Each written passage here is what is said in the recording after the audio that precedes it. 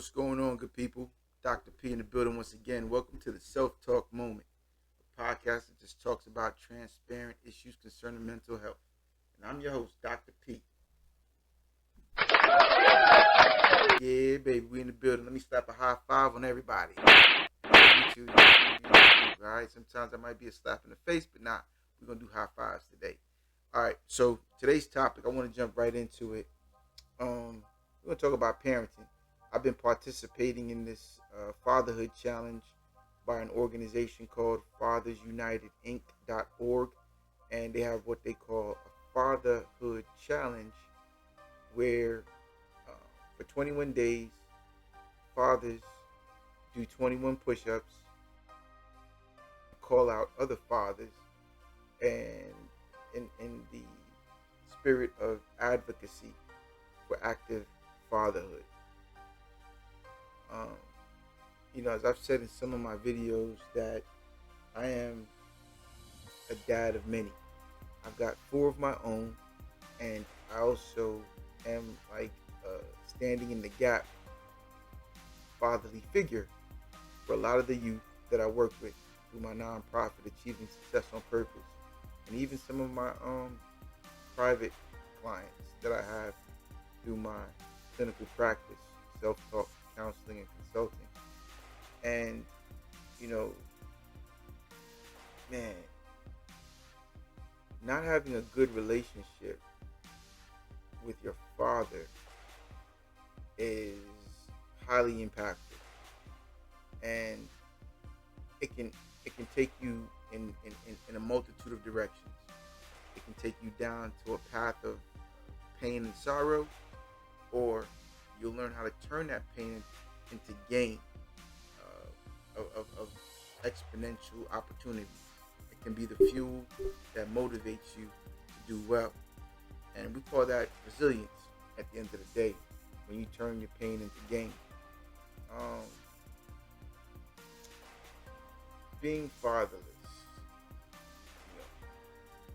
it's a hard thing to explain.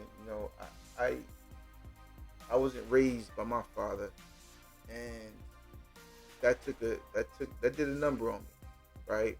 And I had to learn how to become a man through trial and error.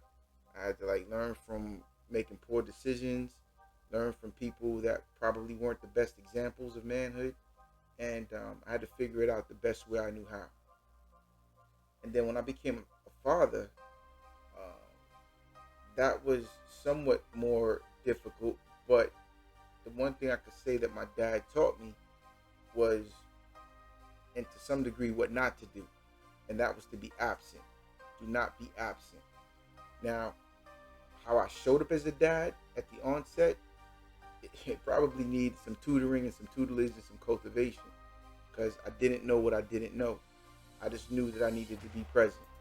And in that process, and it's still ever evolving, I tell you what, I learned how to become patient. I learned how to be selfless. I learned how to make sacrifices. I learned how to love. Some of these skill sets you can't learn without going through a process, and if you never learned it, then it's hard. And most people run away from hard things. And I believe that's the theory that most absentee fathers, that's the excuse that they use to avoid the responsibility of parenting. It's too hard because they don't have the skill set to patiently explore that aspect of human development. Things like developing patience, discipline, selflessness, love, care, empathy, emotional connectivity, and the list goes on and on and on and on and on.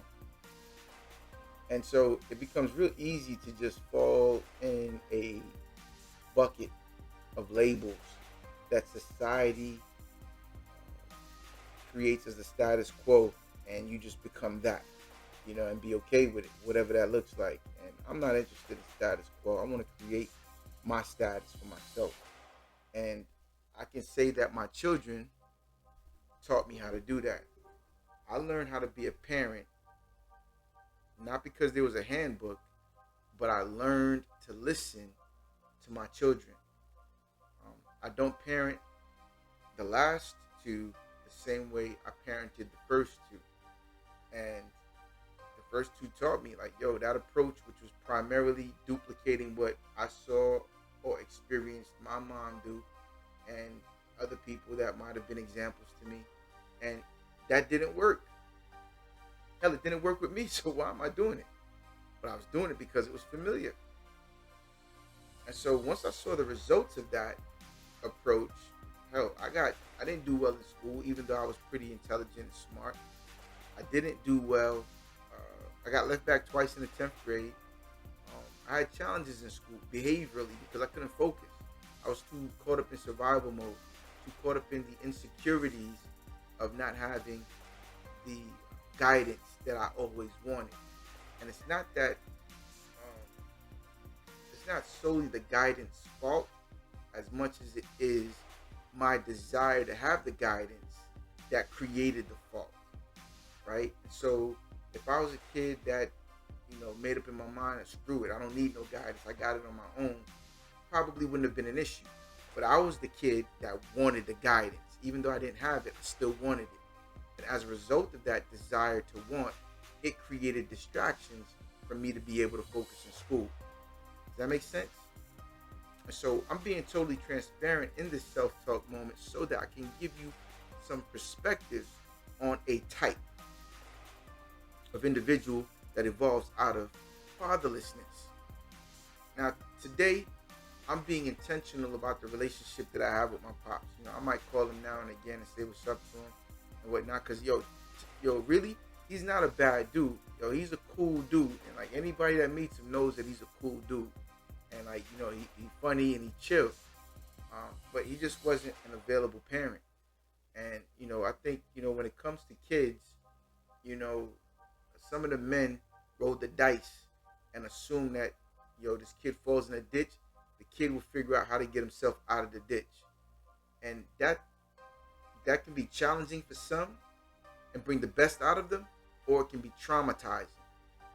And so, I'm the type of father today, if my children fall in a ditch, I'm going to jump in there and get them out, or I'm going to figure out a way to get them out of that ditch, right? And now here's the thing. If they put themselves in that damn ditch, I'm going to supervise them while they figure out how to get themselves out of it. And I won't help them. Because my thing is, like, you earn the outcomes. Whatever their outcomes are, they earned it. So if one of my kids get an F in class, guess what? They earned it. I'm not going to bail them out of that. They earned that. So they're going to figure out ways to get themselves out of that thing that they earned. If they want better grades, they're going to have to earn the better grades. Now, there's some cases where, like, you dug a hole for yourself. Now you realize why I told you whatever I told you. Now you ready to listen to me? All right, now I may assist you because now you're coachable. Before you wanted to do it your way. And ain't nothing wrong with them going through their own experiences. If they live to tell about it, then hopefully they'll get the lesson learned. Hell, I learned from experiences because I didn't have nobody to teach me. And sometimes, it can be like a slap in the face when your kids are going through challenges because, they chose to do it their way in spite of what you told them, which was good information. They still want to do it their way, or they rather learn it from somebody else. Sometimes it's only because, like, the criticism and the criticism sometimes can only be constructive and not malicious, but they'll still take it as malicious because it's inconsistent with what they want. Kids are selfish. From birth till about, hell, it can even go up into adulthood. Kids are selfish. They want what they want when they want it, like yesterday. And if you don't check them, or if you check them in a certain way, they're gonna take issue with you. They're gonna resent you for not giving them what they want, like yesterday. It's that instant gratification piece. But instant gratification is also a byproduct of survival mode. I also got to look at myself and say, hey, if my child was not doing well in life, how did I contribute to that? Did I neglect some aspect of their needs?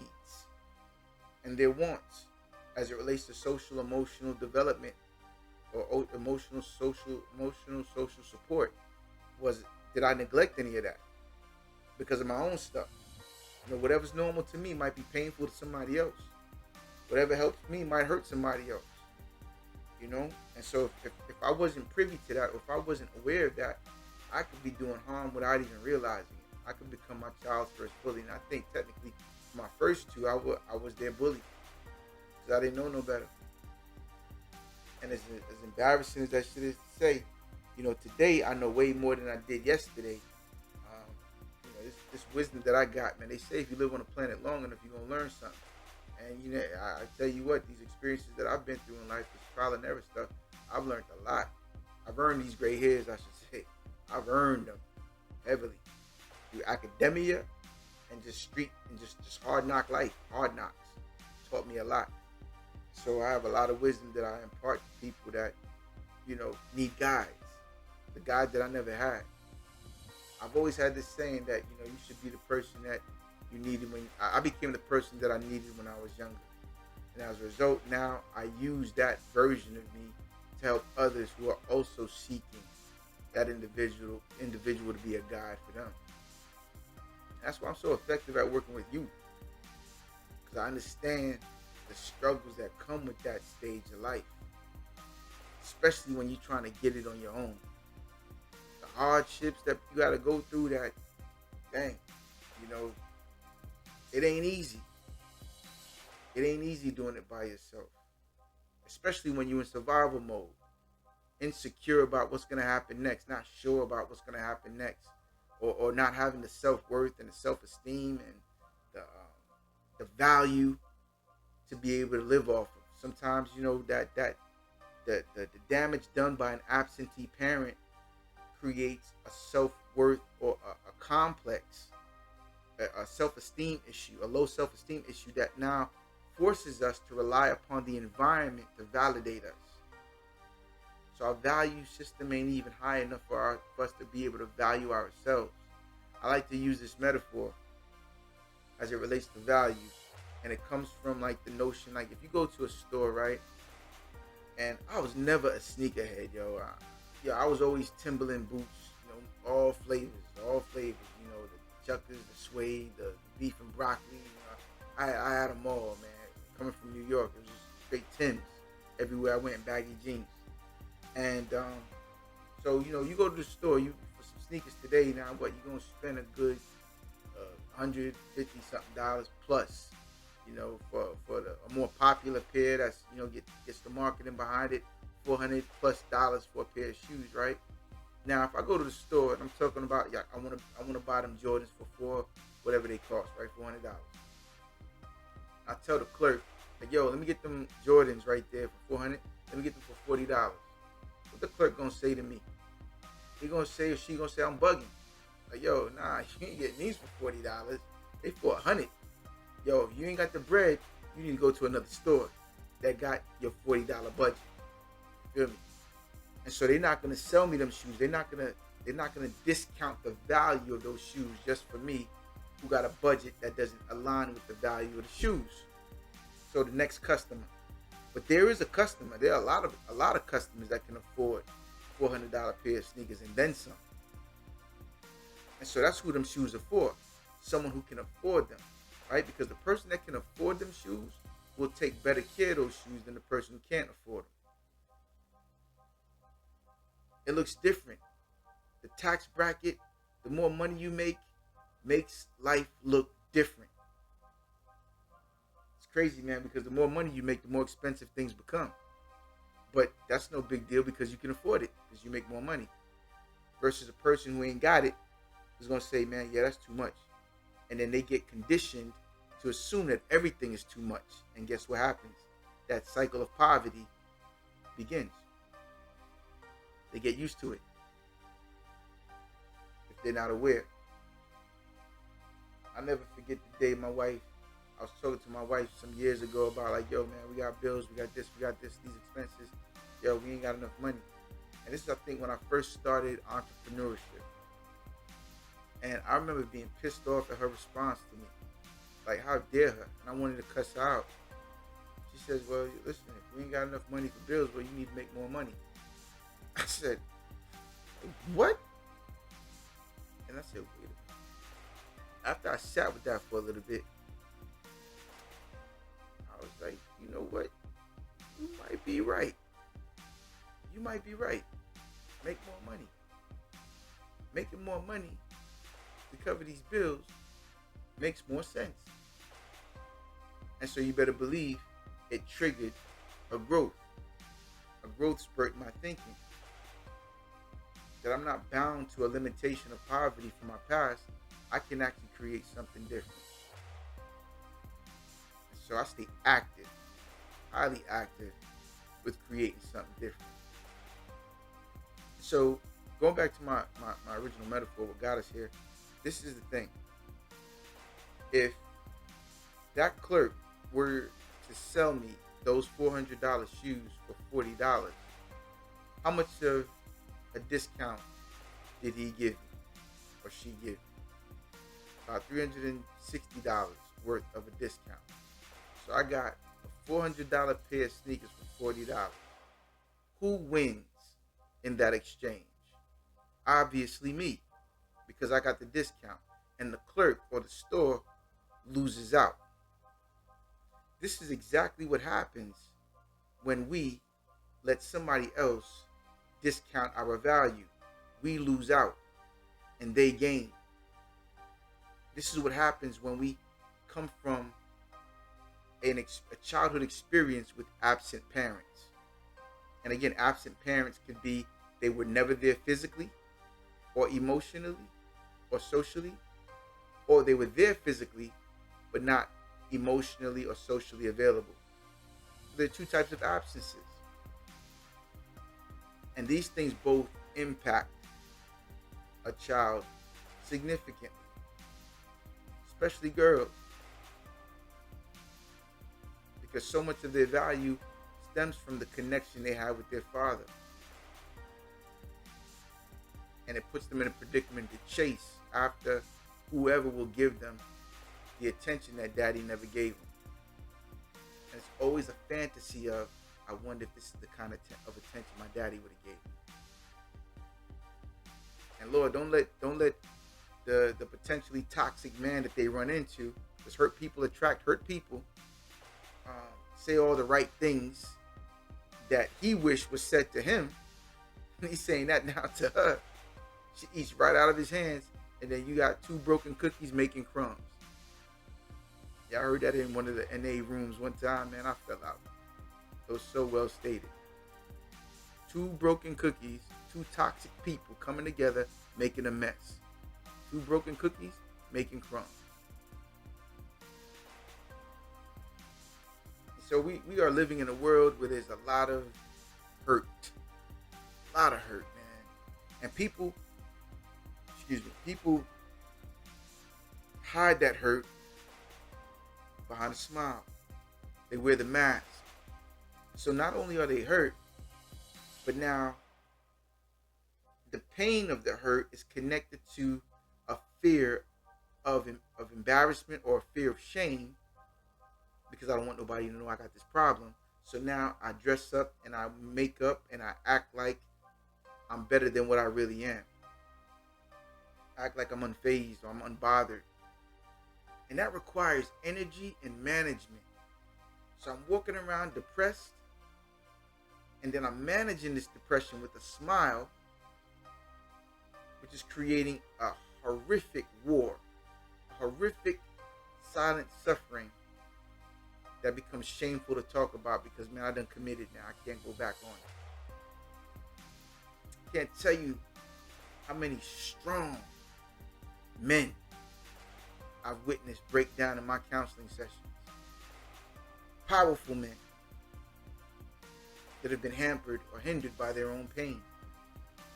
Unresolved, unhealed pain. And much of this stuff comes from a lack of a connection that they have with the people that they expected to care about them the most.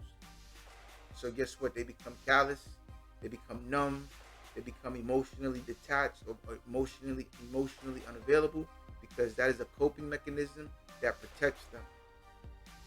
Nobody wants to be hurt again. So there's your hate, there's your anger, there's your hurt, there's your addiction. All of it's born out of pain. The pain of expecting something that I never received, which equates to grief. Grieving. Many beautiful people on the planet are grieving. It doesn't even matter the race. It's just people. I've heard some really, really, really hard stories, man, of people who are supposed to love you committing the ultimate betrayals in the form of like maliciously wounding someone, sexually assaulting or molesting someone. Caretakers that you were supposed to trust and have allow your guard to be down around are the ones that now inflict the most traumatic experiences upon an unsuspecting, vulnerable child who ends up becoming an adult, protecting that wound. And most people protect the wound with unforgiveness.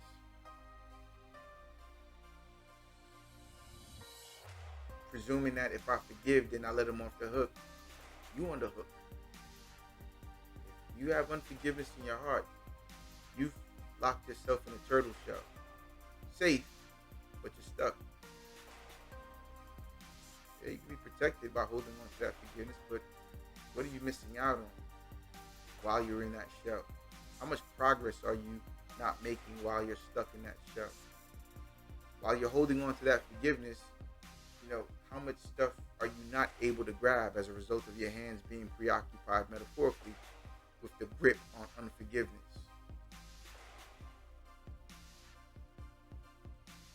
We're doing way too much damage to ourselves, people.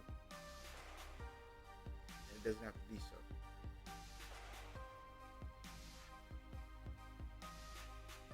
The evolution of life requires us to give ourselves permission to use life experiences to help us change.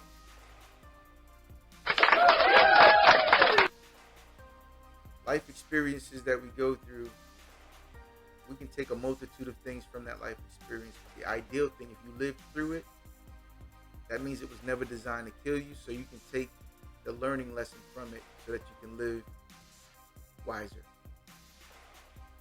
Truth be told, we're more intelligent after the experience than we were before, right? If I go to Walmart and I attempt to do some stupid stuff like steal and I get caught, what's the first thing I'm going to say? Oh, it was a mistake. And the reality is that it was never a mistake. It was a choice. It was only a mistake because you got caught. You didn't intend to get caught. That's what made it a mistake. But the choice to steal, no, that ain't no mistake. That was a choice. And so life teaches you now on the other end of that experience, you know what? That wasn't worth it. Now you got to get charged. Now the police come. Now there's embarrassment. Now you got to go to this class. Or now you got to go pay this fine or restitution, whatever it might be. It just wasn't worth it. So if you learned the lesson, guess what? It will now protect you from that ever happening again. Because the lesson first begins with your mindset. Once your mindset is straight, then the behavior is straight. But if your mindset is out of whack, if your mindset is filled with pain, or trying to find ways to avoid pain because it's in survival mode, then you're going to be making decisions according to your pain points, which guess what? Produces more pain.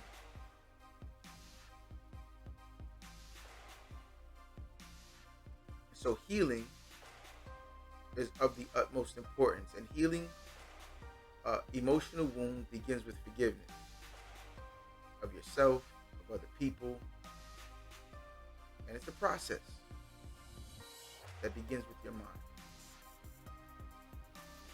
If you have guilt, apologize. Apologize to yourself. Apologize to whoever you need to apologize to, and let it go. You can't control if you've offended somebody else.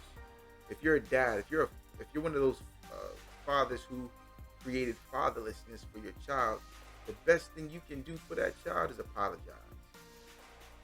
If that child chooses to forgive you, that's their choice. It should not be your expectation that comes from your apology. Just apologize and let it go. If that child forgives you, great. If they don't, that's on them. That ain't your business. Most of the folks that I work with who have been wronged by a parent or anybody for that matter, for some of them, an apology would fix it all. And again, because they're committed to external stimuli. But if you manage yourself internally, it doesn't matter if they apologize or not, because you already now worked it out or sorted it out yourself.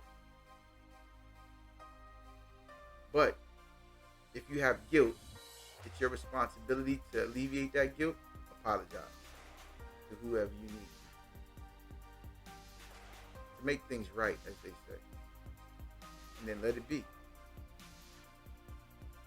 But one cannot develop skill sets to do well in life while they have an injury. They have to heal. They have to heal first before they start developing skill sets. You can't make any traction on a bad leg. You got to make sure that the leg is healed first before you get back. If you were an athlete of some sort, you twisted your ankle, hurt yourself, you're not going to play to the best of your ability. You're only going to play to a percentage or the limitation of that injury. So the injury has to heal before you can go give out 100% performance. So emotional wounds work the same way. You can't show up in life to the best of your ability while you have an emotional wound distracting you. It's going to get in the way every single time. Because you're going to be too cautious about the threats in the environment that look like, sound like, smell like the threat that injured you the first time. So this is where we have to heal first and then get skill sets, so that we're not safe and stuck in the turtle shell. We're safe because of our skill sets. If I didn't know how to fight, I was getting my ass whooped every single damn day, right? I would feel afraid.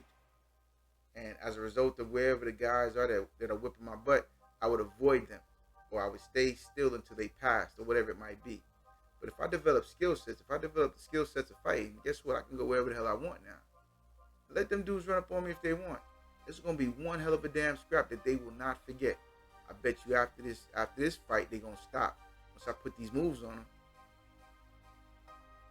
So once I develop skill sets, I now put myself in a predicament to become the master of my fate and the captain of my soul. Managing life on life terms. So good people, as we get ready to close out, if you are a father that has not been active in your child's life, this ain't meant to guilt you. This is meant to empower you and help you to understand that, man, if you need healing, go get it. Or you can start it today. Visit a therapist. Do some internal work. You can work on yourself. Look in the mirror. You know what it is. Just give yourself permission and practice the courage to apologize or make whatever you need to make right. Alright? It's so simple that it's complicated. But if you get out of your own way, I promise you'll be able to see the light and get it done. This is Dr. P. This has been another self-talk moment. Tune in for the next one. Share, like, subscribe.